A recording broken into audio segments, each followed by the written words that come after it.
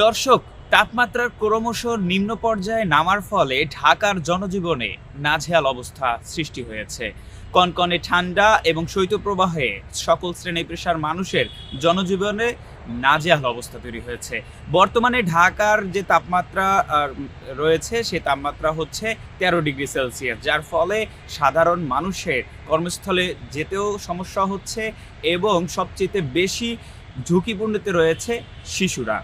এছাড়াও দেশের ঢাকার বাহিরে সবচাইতে বেশি হচ্ছে যশোর ও চুয়াডাঙ্গায় সর্বনিম্ন তাপমাত্রা 8 ডিগ্রি সেলসিয়াস, যার ফলে ওইখানকার এলাকার জনজীবনের নাজেহাল অবস্থা এবং শৈত্যপ্রবাহ এবং ঠান্ডায় তারা কাবু হচ্ছেন এবং জনজীবনে তাদের দুরবস্থা তৈরি হয়েছে। আমরা যদি দেশের 8 বিভাগের যে তাপমাত্রা আপনাদেরকে জানানোর চেষ্টা করি, সেখানে আপনারা দেখতে পাবেন যে রাজশাহী, খুলনা, সিলেট, বরিশাল, রংপুর, ময়মনসিংহে 8 থেকে 10 ডিগ্রি সেলসিয়াস এবং শৈত্যপ্রবাহ এবং তাপমাত্রা খুবই নিম্ন পর্যায়মুখী চলছে এবং কনকনে ঠান্ডা আবহাওয়া বিদ্যমান রয়েছে এবং চট্টগ্রামে 13 ডিগ্রি সেলসিয়াস তাপমাত্রা রয়েছে।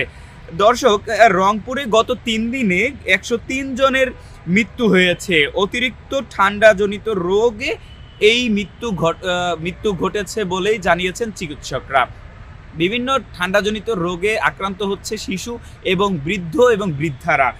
বর্তমানে কিন্তু 1,500-এর অধিক রোগী রংপুরে হাসপাতালে ভর্তি রয়েছেন ঠান্ডাজনিত রোগে আক্রান্ত হয়ে। তাই বিশেষজ্ঞরা তারা পরামর্শ দিয়েছেন যে এই ঠান্ডায় অতীব জরুরি কাজ ব্যতীত যেন বাহিরে বের না হয় এবং শিশুদের যেন কোমল পানীয় যে ঠান্ডা রয়েছে সেটা যেন কুসুম গরমে গোসল করা হয় এবং তাদেরকে যেন ঠান্ডা থেকে বিরত রাখা হয় এবং গরম গরম পোশাকে যেন তাকে পরিধান করতে দেওয়া হয়।